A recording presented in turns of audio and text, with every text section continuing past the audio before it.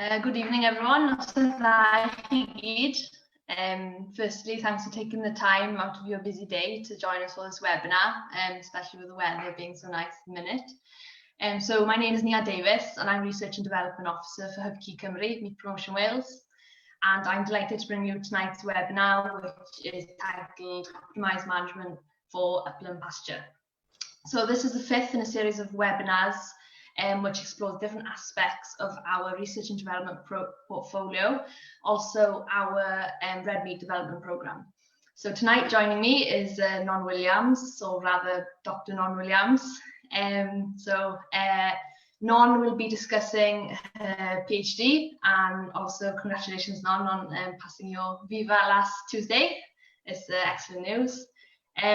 So Non has been conducting her PhD at Bangor University, which was funded through the CES 2 scheme and in collaboration with HubKey Cymru.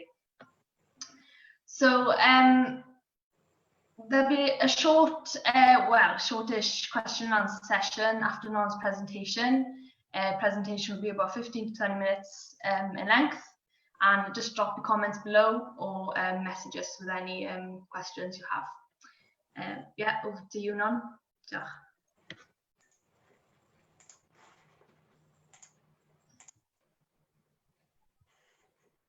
Diolch Nia, noswaith dda bawb, good evening all. Diolch, thank you for joining tonight. As Nia mentioned, I'm going to be presenting the findings of some of the work undertaken as part of my PhD at Bangor University, looking at the environmental cost benefits of increasing pasture productivity on upland cattle systems. So as Nia mentioned, the PhD was funded by the CES 2 scheme at Brifysgol Bangor University, which the CES 2 scheme is part funded by the Welsh Government's European Social Fund. So I've been working in collaboration and co-funded by HubKey Cymru within this project. Thank you, diolch to HubKey Cymru for the opportunity to be part of your series of webinars. So I'll start off by just giving a brief outline of what I'm going to cover over the next 20 minutes or so. I'm going to mention some background to my work along with the motive for conducting the research. This leads on to the overarching aim of the research, and I'll then focus on the field experiments as part of the PhD for the majority of the webinar, before summarising the key findings and mentioning some of the implications of the work on farm and for the industry. So background, well, we know that the global human population is expected to exceed 9 billion by 2050. So an increase in food production is required in the future, but needs to be done so in a sustainable manner to adapt to climate change. We also know that a large proportion of UK agricultural land is classified as uplands, with the majority of this land managed for livestock production.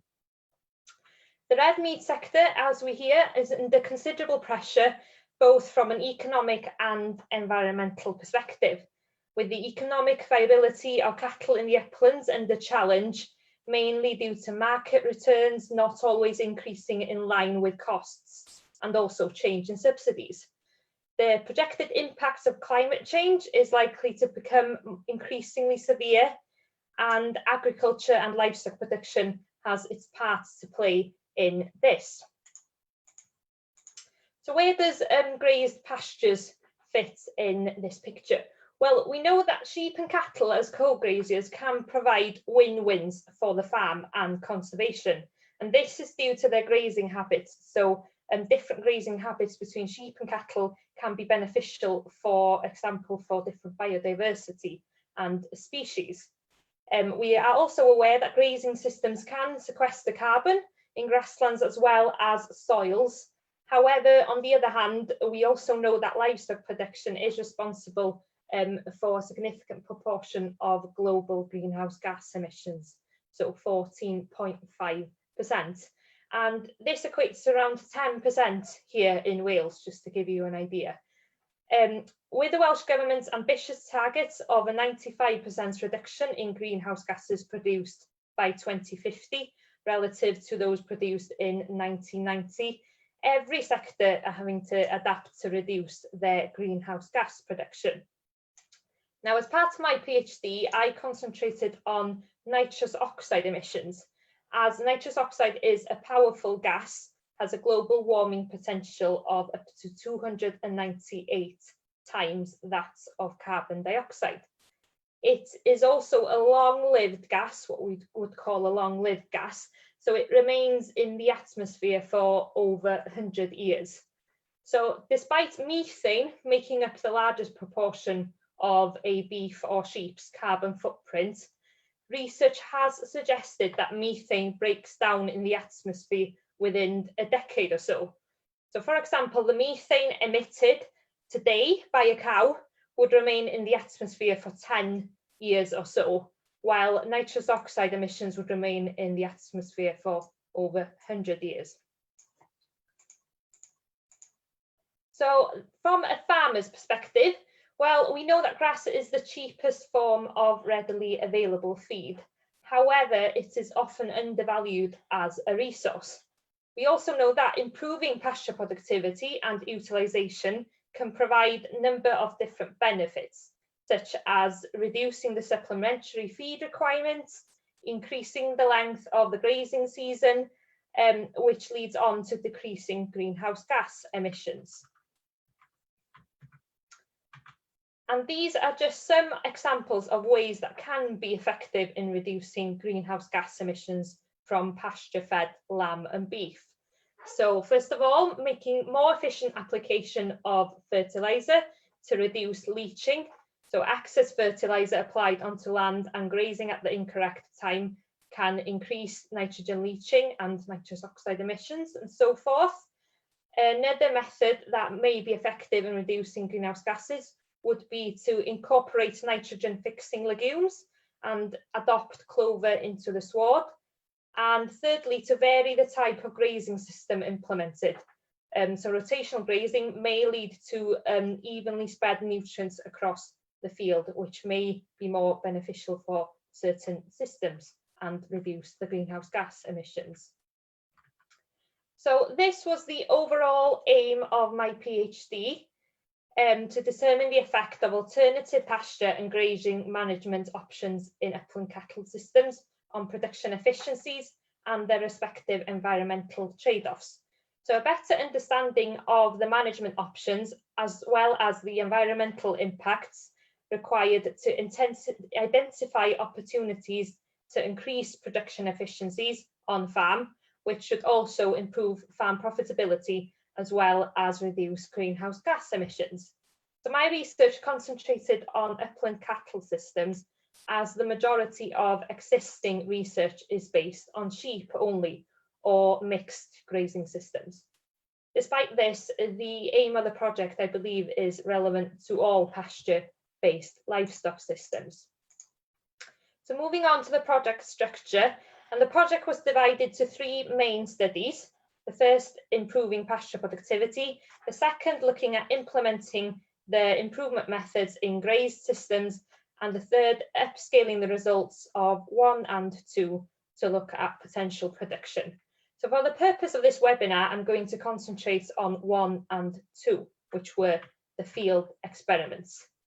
So this was my first field experiment, a 3-year field trial looking at the environmental cost of increasing upland pasture productivity. So this was assessing the current and potential pasture on a typical upland farm. So when I mention here looking at the various field operations, I refer to reseeding and the use of lime and fertiliser applications. And in terms of environmental cost, I was monitoring nitrous oxide emissions over repeated years. So this is a stimulated grazing experiment with regular cutting, and this was the experimental design. So we were exploring different management scenarios at Bangor University's research farm, which is a typical upland farm, looking mainly at ploughing and rotivating, followed by grass reseed. So you see from this figure over here, we had 5 treatments. The first being existing upland pasture, had no input since the 1970s. Second, rotivating the land, followed by sowing with a forage crop and then into autumn grass reseed. The third being ploughed, followed by spring grass reseed.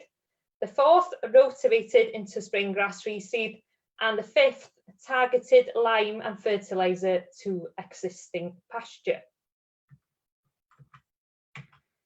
So quick lime and fertiliser applications were determined by soil analyses with a target pH of 6. So the application rates were determined in the first year by RB 209, the Nutrient Management Guide recommendations, and then we split the plots in the second year to compare varying fertiliser applications. So firstly, according to RB 209 recommendations, so a total of 130 kilogram per hectare of nitrogen in 3 split doses throughout the grazing season. And secondly, applying fertiliser according to typical application rates for the uplands. So the information was derived from the British Survey of Fertiliser Practice, which was a total of 50 kilogram per hectare of nitrogen. The seed mixture was supplied by Lima grain, and the long-term grass mixture that was sown was Lamb Hill, so a persistent and hardy grazing mixture suitable for marginal conditions. So this was made up of perennial ryegrass, meadow fescue, timothy, creeping red fescue, and white clover.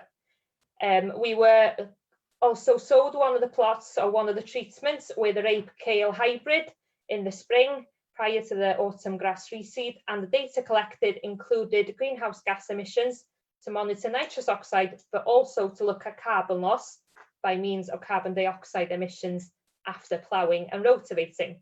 We also looked at the sward yield and quality. So on to the results, and this figure shows the grass growth in the first year of the study in 2017. And we saw a significant difference in the average seasonal grass growth between the reseeded treatments and the existing pasture. So you can see that we saw the highest grass growth in the ploughed treatment into the grass reseed. So a significant difference between the reseed and the existing pasture. In terms of the results for the year 2 and year 3, so 2018 and 2019, following the split plotting, over here we have figure A and C, which refers to 2018, B and B refer to 2019, and the two graphs along the top refer to the treatments that received a lower fertiliser application, so the 50 kilogram per hectare of N, and the two graphs at the bottom refer to the treatments that had the 3 split doses, a total of 130 kilogram per hectare of N. So we saw that daily grass growth was more than doubled and was significantly higher from the reseeded treatments following the RB 209 recommendations. So the 3 split doses, a total of 130 kilogram per hectare of N. It was also greater in 2019, but the difference was not as prominent as in 2018. And this is comparable with the Forage for Knowledge multi-site industry-led project in terms of grass growth.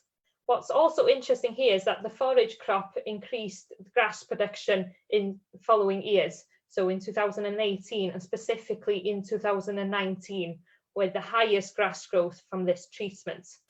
And previous research has found that break crops could be fundamental in terms of disease resistance and controlling pests that may be carried over from sward to the next sward. In terms of grass quality, well, the metabolized energy content was significantly higher from the reseeded treatments than the existing pasture treatments. However, there was no significant effect of the treatments on the crude protein content. And then here we have the nitrous oxide emission results. And the treatments implemented had a significant impact on the nitrous oxide emissions from the soil, with the highest fluxes, nitrous oxide fluxes, from the rotivated treatment in May to June. However, we also monitored the carbon dioxide emissions after ploughing and rotivating, and we found that it didn't lead to greater carbon loss via carbon dioxide fluxes. Just to note that the nitrous oxide emissions were very low in 2018. However, we had a low rainfall in that year, very dry year, not displayed the data here. So the take-home messages from that experiment, well, the results from all 3 years of the study indicated that rotivating and ploughing followed by reseeding led to increased pasture production, but it also led to increased nitrous oxide emissions from the soil, despite the fact that the carbon dioxide emissions were not increased following ploughing and rotivating. Of course, there's also a need to consider the wider environmental impact associated with these sorts of methods of improving pasture, such as those associated with the production of fertiliser, as one example. So moving on then to the second field experiment, and this was building upon the previous production experiment. So a 2-year field trial looking at the cattle live weight gain from improved and unimproved pasture, and also looking at the environmental impact, once again, nitrous oxide emissions associated with upland cattle grazing systems. So this was the setup of the site, approximately 7 hectares area consisting of 2 treatments, unimproved and improved pasture in terms of lime and fertiliser application only.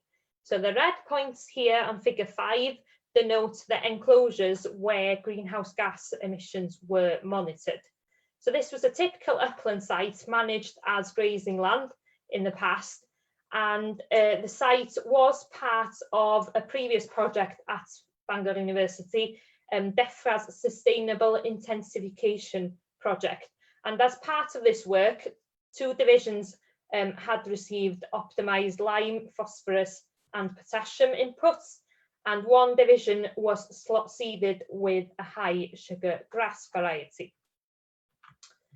So a group of 18 to 23-month-old heifers were grouped according to their breed and weight to graze both treatments. In terms of data collected, we monitored the daily live weight gain, sward height, took grass samples to analyse in terms of quality, and we also collected urine and dung samples, which were then applied manually to the red points denoted on the map on the previous slide to monitor nitrous oxide production from cattle, urine and dung, as cattle excreta is known to be a significant source of nitrous oxide emissions. So moving on to the results, we didn't see a significant difference in daily live weight gain between the improved and unimproved treatments. So these results implied that there was adequate grass within the unimproved pasture to increase cattle performance. So previous research has also shown that additional inputs, so lime and fertiliser, won't necessarily improve productivity without reseeding, so doesn't work everywhere. So definitely no environmental benefits, but these were the results of the daily live weight gain. In terms of nitrous oxide emissions, we saw a significant difference in nitrous oxide emissions between the urine treatments and the dung and fertiliser. So this figure shows the nitrous oxide emissions from A at the top, the improved pasture, and B, the unimproved pasture. So as you see along the y-axis, there's higher fluxes from the unimproved pasture.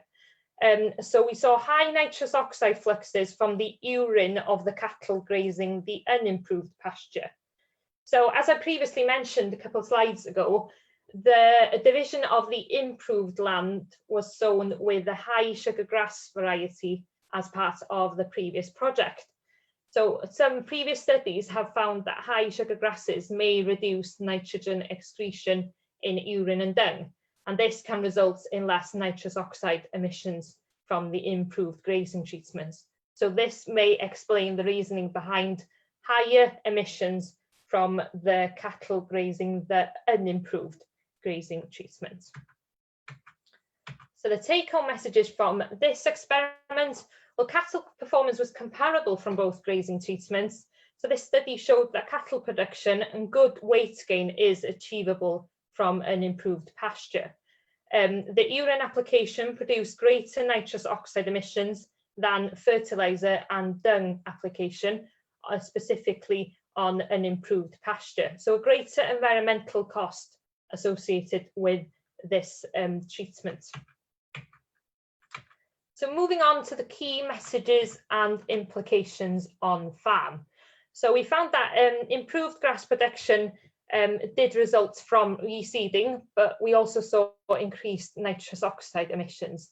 But as I previously mentioned, there will also be wider potential greenhouse gases associated with the use of lime and fertiliser, such as the production of them. So additional things to take into account.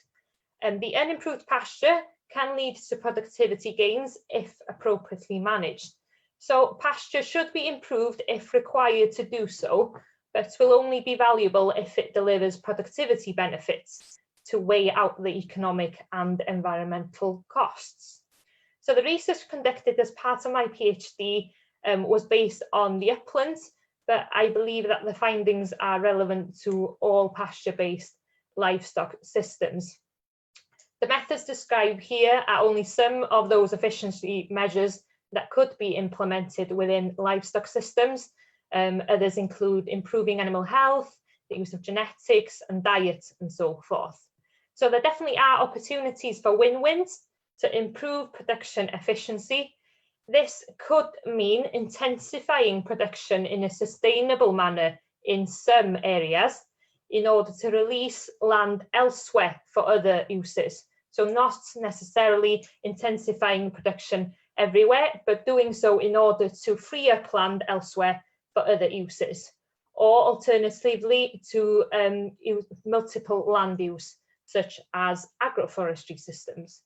So the industry will need to continue to be proactive in the future, and we hope that this work presented here will contribute to the growing evidence base around potential production, as well as some of the environmental aspects of livestock systems. Finally, I'd just like to thank everyone who's helped me in this project, specifically my academic supervisors, Dr Brifysgol Williams and Dr James Gibbons at Brifysgol Bangor, to the company supervisors and to the funders CES2 and Hybugi Cymru for the financial support and the opportunity to collaborate on the project. So just a list of some of the references. Diolch yn fawr iawn I chi gyd am wrando. Thank you for listening. I'm happy to take some questions, but my email address and Twitter is on there if you are on Twitter and would like to follow up with some questions afterwards. Diolch yn fawr.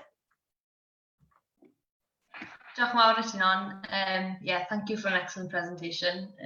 Some varied and really interesting results come from a wide range of data analysis there. So we do have some questions. So first question come in asking which breed did you use in both experiments? What breed of cattle? So we had a mixture of breeds. We had Aberdeen, Angus and Herefords as part of the experiment. So as I mentioned, we grouped them accordingly and paired them in a way in terms of their breed and weight to match up in terms of the treatments. Yeah, okay. You made a comment about the high sugar grasses. Why was it that you thought that they would reduce nitrous oxide emissions possibly? So previous studies have shown that high sugar grasses are able to improve utilisation in the rumen. So that means that there's less N loss through the urine and so forth. And as I say, this is not something that I've done research on myself, but previous studies have indicated that high sugar grasses can lead to improved efficiency of the feed intake, which would in turn reduce N excretion. So possibly a link there with the reseeding as part of a previous project. Presumably the higher sugar would meet the crude protein in the grass also, and possibly improving nitrogen efficiency. Yeah. Another question. why did you think that nitrous oxide emissions were worse in the unimproved pasture? So again, that's to go with high sugar grasses, presumably? Yes, that's it. So that was specifically from the urine. As I mentioned, that nitrous oxide sources from agriculture are mainly from fertiliser use and urine from livestock. So cattle excreta are one source of this. So in terms of, this was specifically that slide on the nitrous oxide emissions, we saw higher emissions from the unimproved urine. So in a way, the cattle that were grazing the unimproved treatments, the urine that they produced had produced higher emissions from the soil. Okay, yeah. Did you measure organic matter in the soils throughout the project? And if so, were there any changes at all? That's not something I specifically measured. I know there's been lots of work at Bangor University looking at soil properties in depth, but that's not something I monitored myself, but it would be interesting to look at that. Yeah, definitely. What do you think would possibly be one of the most efficient changes any upland farmer could take up? It's a difficult question because it's very much not a one-size-fits-all approach. Obviously, each system is different. There'll be some upland systems that won't be able to reseed in terms of accessibility and so forth. Lots of things I've mentioned in my presentation tonight are possibly doing the basics right, so getting the soil analysis results and targeted lime and nutrient application. And I think that's one of the fundamental methods, really, a starting point definitely to increase the efficiency of systems. So you mentioned that obviously 2017 was quite a dry year, for everyone. Within kind of a normal year with normal weather, what kind of results would you expect from the nitrous oxide then? In terms of, so yeah, as you mentioned, we had a dry year, which possibly meant that the nitrous oxide emissions weren't really absorbed in terms of the soil producing the nitrous oxide emissions. So in a typical year, obviously, I referred in my presentation to the year of establishment, which had high nitrous oxide emissions following ploughing and rotavating. Would obviously in the second year, the following year, you would not expect high nitrous oxide as high fluxes as the year of establishment. However, as I say, the data from the drought year were very low in terms of nitrous oxide emissions and no differences at all between treatments, which did suggest that either the fertiliser burnt off and just wasn't absorbed into the soil due to the lack of soil moisture. So typically, it's very difficult because it also varies a lot between different soils and so forth. But yeah. Would that be something you would have changed, measuring soil organic matter and soil composition, or something you would add to another study possibly? Yes, definitely. The process of analysing the greenhouse gas emissions is quite a lengthy process between collecting the samples and analysing. So looking back after the analysis, it would have been interesting to incorporate additional measurements. However, I also think that's a finding in itself because, of course, with the impacts of climate change, we might be seeing more and more of drought years in the future. So I think it's also important to assess different climatic conditions. Yeah. Another question kind of to do with what you've mentioned already. How was the nitrous oxide measured in the soil? Yeah, so you might have noticed from one of my slides, there was a photo of a white box, what we call the white chambers. And it was, so the nitrous oxide emissions were collected according to the closed static chamber approach, we would call it. So those chambers were dug into the ground at least 5 centimetres into the soil. And in terms of collecting the data, placed lids, sealed lids onto the static chambers and collected gas samples directly from the soil from those chambers over a time series. so it was over an hour, and this was done at very regular intervals, so daily, after ploughing and rotivating and applying the lime and fertiliser, and reduced over time. So these samples were then collected in little gas vials, so glass bottles, which were then analysed in the lab using a GC gas chromatography. So then calculating the nitrous oxide emissions according to the gas molecular weight and so forth. Were there any challenges with the way you were measuring it that way, or? It's a typical method that's used to carry out greenhouse gas sampling, and it's the same method in a way to analyse carbon dioxide emissions as well.